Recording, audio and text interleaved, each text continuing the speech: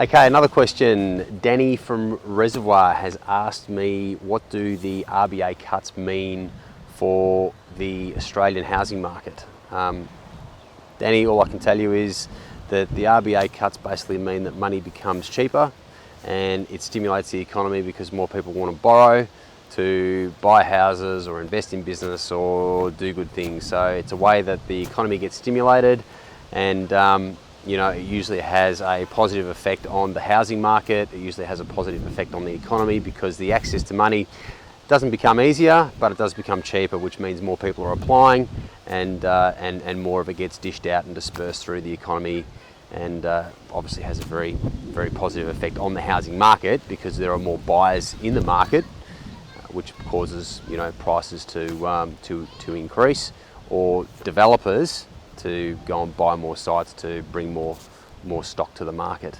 So I hope that's answered your question.